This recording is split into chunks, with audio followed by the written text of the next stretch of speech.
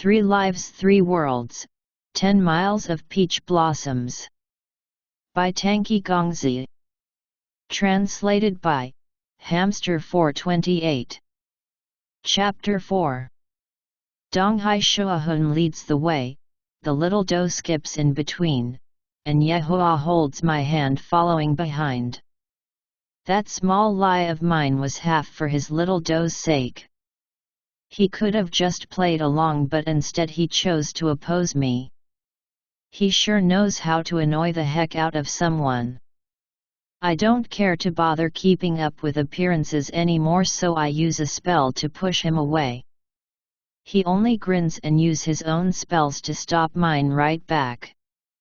We continue our fighting along the way. He is seemingly blasé while I always have to beware of Donghai Shuahun's movements in front of us.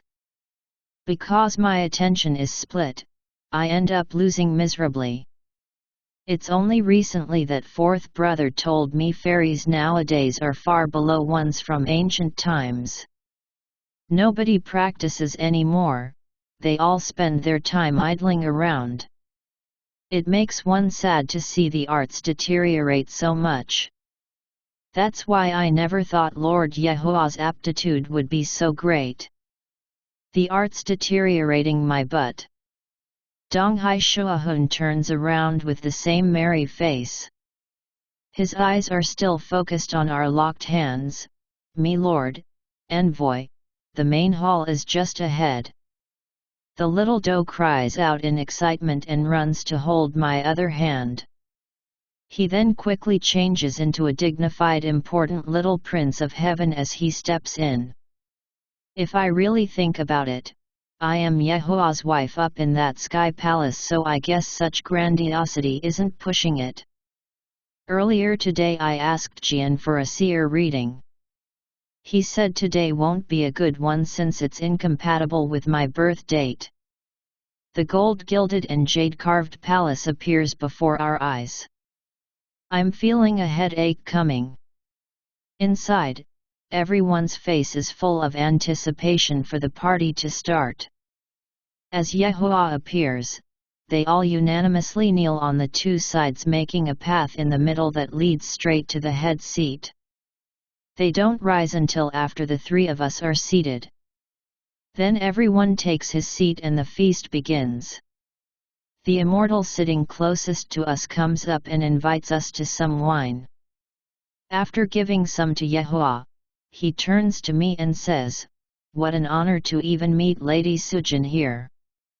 Yehua, who sits next to me, keeps an entertained look on his face as if he's watching a play.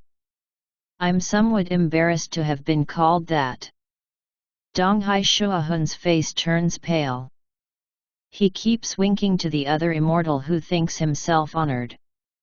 I can't take it any longer, so finally I smile to him and quietly say, "I'm actually Lord Yehua's long-lost sister. I'm currently a helper at Master Jian's place." Yehua keeps on drinking. His cup now only has 1 or 2 drops left. Donghai Shuahun looks at me confusedly.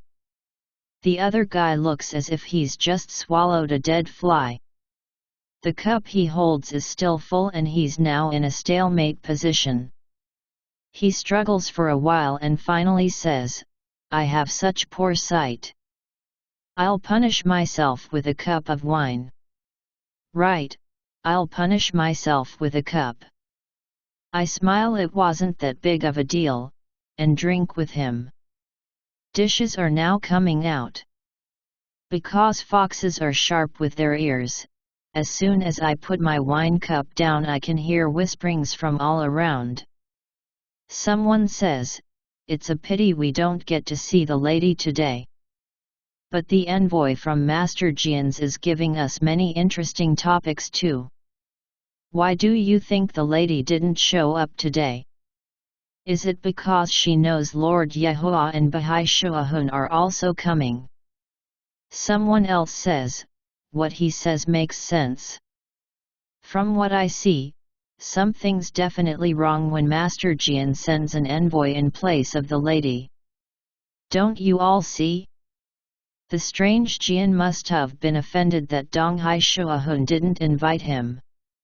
Another says, that makes sense. Furthermore, Master Jian's envoy is Lord Yehua's younger sister. Then someone disagrees, it's very questionable whether the envoy is Lord Yehua's sister. I worked in the Heavenly Palace for years and I've never heard anything about a younger sister. Someone immediately replies, didn't you see Lord Yehua holding the envoy's hand? I think this whole sibling thing should be somewhat credible. I had planned to find a quiet spot and enjoy some music once this party started. But now I'm stuck all the way up here listening to these rubbish. I've only heard a little and I'm already irritated. I sigh and gulp down another shot. Surprisingly, Yehua furrows his brows. Can you hold your liquor? Don't drink so much or you'll get drunk. I scoff. Donghai Shuahun's wine is fine and all, but it's like tasteless water compared to Jian's first-class brew. But I don't care anymore. I already lost all my face tonight. I can only lament my bad fate, because really, I've long dismissed our marriage promise. Halfway through the feast and I don't feel an ounce of joy. I just want to quickly finish this dinner so I can go home to Fox Cave for a nap. At this time, Donghai Shuahun claps his hands a few times. I force myself to pay attention. Dancers in thin outfits float out with fans on their hands. Now I'm curious. This is only a small 1-month celebration for an infant, not a grand birthday party for the water god himself. What's with the dancing entertainment? The flute rings by my ears. I reach for the closest wine bottle. In the past I was captured by Demon King Jing Shang and was brought to Dazi Ming Palace for a few days. There were both elegant and beautiful girls among his dancers. Nothing now can compare to what I saw back then. I glance over at Yehua and see he's as bored as I am. The little doe suddenly sighs and says, so it's that same sister. I follow his gaze inside the room but I can only see a group of white-robed dancers forming into a lotus and a yellow-robed girl in the middle.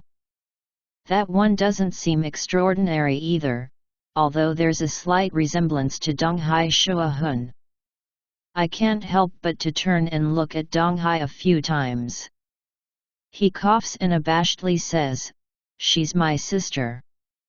He then steps over to the little doe and asks, Your Highness, do you know my sister? The little doe glances over at me and grins, maybe I do. But then he waves his hands, no, I don't, and sneaks a look at his father. Those longing gazes of Donghai Shuahun's sister are now locked on the very same Lord Yehua who sits beside me. Her eyes burns with a quiet passion and a rueful happiness. Yehua continues with his wine unconcernedly. In a blink of an eye he's turned back into the cold lord I first met. The situation is rather similar to the lyrics they are singing. Flowers fall but the water flows on indifferently. I love him so, but he remains cold. I want to become the vines that entwine around him, but his iron heart remains unyielding. What wrong have I done? I heartily nod in approval. Here's something fun to watch. I pour myself another cup for my delight has returned. However, just as my interest comes back the flute comes to a stop. Donghai's sister bows in Yehua's direction and softly floats away with the rest of the dancers. Yehua turns to look at me and smiles, Envoy, you look quite disappointed. I touch my face and laugh evasively, is that so? Several hours pass by before the feast finally ends. The immortals are now starting to leave. Yehua pushes the little doe into my arms and says, "Help me watch Ali for a little bit. I'll be right back." As I return the immortal's goodbyes, he has gone in a blink of the eyes. It finally becomes peaceful after being constrained for so long. My promise then comes flashing back in my head. I start to sweat. Did he really want to take me back to the heavenly palace because of what I said to the little doe earlier? These thoughts make the soft little doe in my arms turn into a hot potato. I run outside to find the little doe's father. It's best to return the kid now. I ask the servants, but none of them know where Lord Yehua is. I then take the winded path and ask about Tangqi Gongzi's sister instead. Yehua's appearance just now was a bit hasty. It seems there involves a prior promise and close attachments as well. Looking at him, from my 100,000 years of experience I can tell he's gone searching for his pretty maiden. The servants point me to the back garden. I hold the little doe's hand by the garden's doorway with conflicting feelings. It's true I have many years to my name, but I haven't an ounce of experience in this romance stuff. Is what I'm about to do the best, or should I just run away? Of course the little doe doesn't agree with me. He curls his tiny hand into a fist and spiritedly says, "Mom, if you don't sabotage these lovebirds now, father will be stolen by Princess Muking." He then makes a bereaved face. From the beginning of time the back garden has always been a scandalous place. At this place, how many heroes have lost their careers and suffer their entire lives due to pretty maidens? This kid is making me dizzy. I awkwardly ask him, Hey, who taught you this stuff?" The little doe thinks then innocently replies, 200 years ago there was a young fairy named Cheng Yu who ascended to the heavenly palace. Great-grandfather titled him Yuan Jun. He's the one who told me. I mull over it and conclude that Cheng Yu Yuan Jun's words are indeed true. I should befriend the wise man one of these days. The little doe grabs my sleeve tightly and pulls me into the garden. I can't use force on such a small child, so I use soft words to explain to him, "Your father's young and so is Princess Muking. Then it's only normal for love to happen between the two of them. Wouldn't it be bad karma if we try to sabotage them while they want to be together? You and Princess Muking don't have any ill feelings either, so let's not mess up her love." Maybe I've gone too far with my words because the little doe starts to tear. I quickly comfort him with a hug. After calming down, he weakly says, "She saved me once and I've thanked her many times. But then she started to treat father differently. Every time we go to Mount Junji where you used to live, she keeps tailing us. It's very annoying. I can't stop myself from teaching him. A life-saving favor can't be returned with a simple thanks. If one can just say thank you and forget about it, I would be so much happier right now." Thinking about the happy times that person and I went through as teacher and student, I wouldn't have so many regrets. The chubby doe collects his thoughts and stomps his feet. It's she who doesn't know her place. She knows father already has a family, yet she attaches herself to him. She stays in your room, uses your kitchen, and looks at your husband. I get lost in thoughts and remember when Yehua appeared, he looked exactly like Moi Wan. My heart can't help it but to be moved. That Muking is also strange. Of course I outrank her with my many years. It'd be difficult for someone as ordinary as she to keep latching on. And when did Mount Junji of the Eastland become Sujin's property? I'm a bit doubtful, so I ask the little doe and he explains to me right away.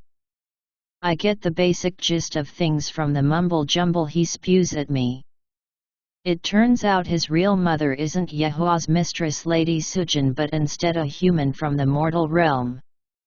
The little doe's residence still has a portrait of that mortal, dressed in green, eyes covered with a white ribbon like me right now. For some reason she threw herself down Zuxiantai 300 years ago after giving birth to the little doe. I've heard about Zuxiantai before. Immortals would lose their power and mortals would lose their lives eternally jumping down there. The little doe doesn't know about this. Before that human was brought to heaven she did live on Mount Junji of the East Land. Yehua sealed away her mountain and brings the little doe there every year for some half-month. I'm impressed with Lord Yehua's courage. He even tells the kid about old palace rivalry without leaving out a little detail. Is he not afraid it'll become haunting for the kid? 100 years ago the little doe was chasing after a bunny on the mountain top. His fairy energy drew near a snake demon. Fortunately Princess Muking's escort was passing by Mount Junji and rescued him. The little doe brought Muking back home. For some tea to thank her. Yehua came home as Muking was about to leave and she fell in love at first sight. Yehua didn't want to stay indebted so he promised her one wish. In the past 100 years Muking has virtually stayed on Mount Junji. Whenever Yehua and his son came to stay, she would cook and wash for them. Yehua didn't think it was right for a princess to do such labors but the princess only abashedly said, "This is my wish. Please grant it to me." Yehua didn't know what else to do so he let her be. Truthfully I'm sure the doe is being biased. Looking at that situation, it's hard to say the lady killer Yehua has never fallen for the kind princess. I'm shocked myself. Yehua's only about 50,000 years old and he's already gone through so many love stories. What a talent he is! What did I do when I was 50,000 years old? The little doe has mixed feelings on his face. He looks at me wanting to ask but then stops himself. I sternly tell him, a man should never struggle with his words. You don't have to put on such a cautious act. Say what you want to say. He starts to bawl and points at me. Your face says you don't want father and me anymore. I don't know if I should laugh or cry. Even though we're engaged, Yehua and I aren't that close. It's hard to say at this point whether I want or don't want them. The little doe backs away with a hurtful look on his face. Father is marrying a stepmom. You're marrying someone else. My name is really coming true. Li means to part or separate. I'm going to be lonely with no one by my side. You all dislike me. I only have myself. His bawling has me stunned. His real mother left him and jumped down Zuxiantai.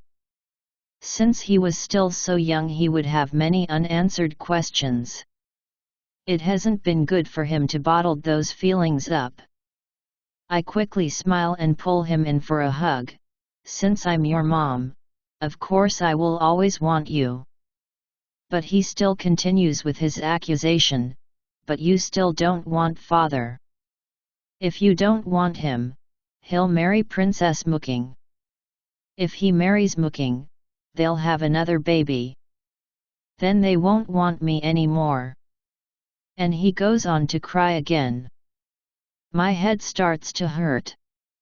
I can't disappoint him so I sweetly lie through my teeth. Your father is my heart and soul, my precious treasure, my sweet marmalade. Why wouldn't I want him? These words really make me want to barf. The little doe seems satisfied and continues to drag my leg toward the flower garden. I follow him because there's nothing else I can do now. I really hope Yehua isn't in the garden this time so I won't have to act out this jealousy play. If in the unfortunate case he's really meeting his fair maiden, then Yehua Jun, you can't blame me for sabotaging your love life. It's all to make your precious son happy. After passing the arch, we see a gazebo not too far away. There stands a black-robed man who is surely Yehua. The yellow-robed woman sitting next to him should be Princess Muking.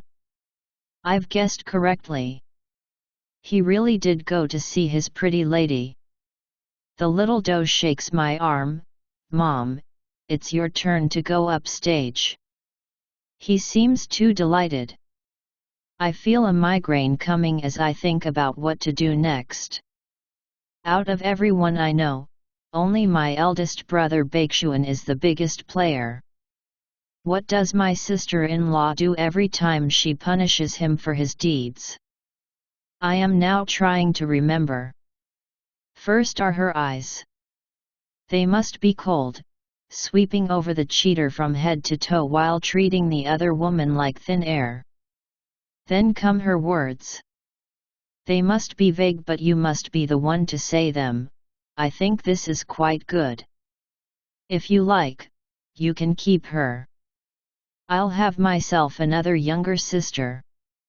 This is called stepping back to go forward. Although eldest brother goes around, he never wanted anyone else except my sister-in-law. Thus it makes her move effective. But my situation is a bit different. While I'm still deciding, the little doe already steps over and kneel down before his father. Greetings, Father Lord. Yehua furrows his brows and pass his gaze over the kid to stare straight at me. I stubbornly turn my head with a slight greeting. Then I pull the kid up from the ground and flake away the dirt on his knees.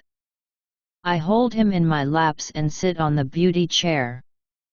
I have such a hard time doing these actions with Yehua's piercing eyes behind me. Princess Muking takes the initiative to ask, "You are?" I force a smiling yet ice-cold look on my face and softly caress the little doe's face. This child calls me mother. She's handed a blow, all right.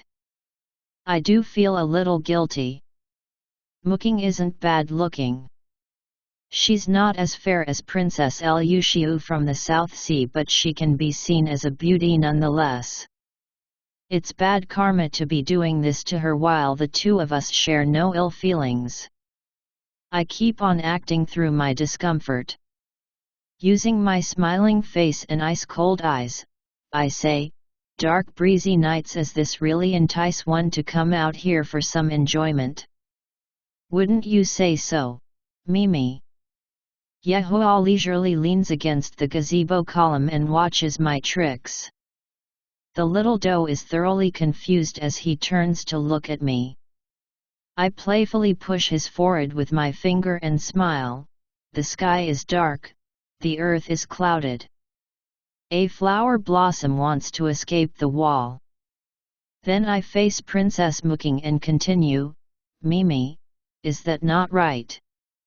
She's struck dumb. In a split second tears are already flowing from her eyes. She immediately kneels down before me. "Milady, please calm your anger.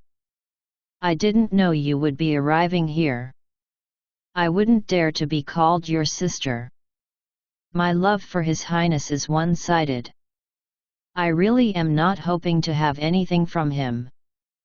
My brother wants to marry me away to the second prince of the West Sea, but I only want to follow His Highness forever, even as a maid.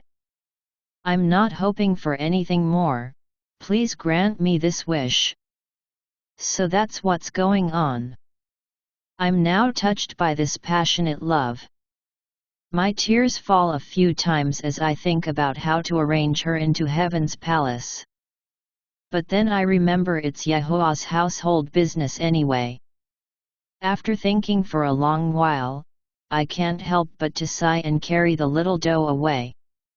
The little doe looks wounded as he leans back against the chair. You've just said father is your heart and soul, your most precious treasure, your sweet marmalade. She's only taken a look at father and you're letting her take him away. You don't keep your words at all. Now it's my turn to be speechless. Yehua slightly laughs and steps forward to block my path. He strokes my hair and slowly opens his mouth to say, "Am I really your heart and soul?" I uneasily chuckle and take one step back. He takes another step forward. "Your most precious treasure, My smile is now frozen on my face as I back away yet again. He corners me into the gazebo. "Your sweet marmalade." This time I can't force a smile on any more. My mouth dries and I wonder what have I gotten myself into. I keep my eyes and heart still. "You dummy, how can you ask me what you already know? You're being mean." In my arms, the little doe becomes stunned. Yehua standing before me is also stunned. I take advantage of this moment to place the kid down on the chair and take off running. What a mighty uncomfortable time I had to go through. End of chapter 4.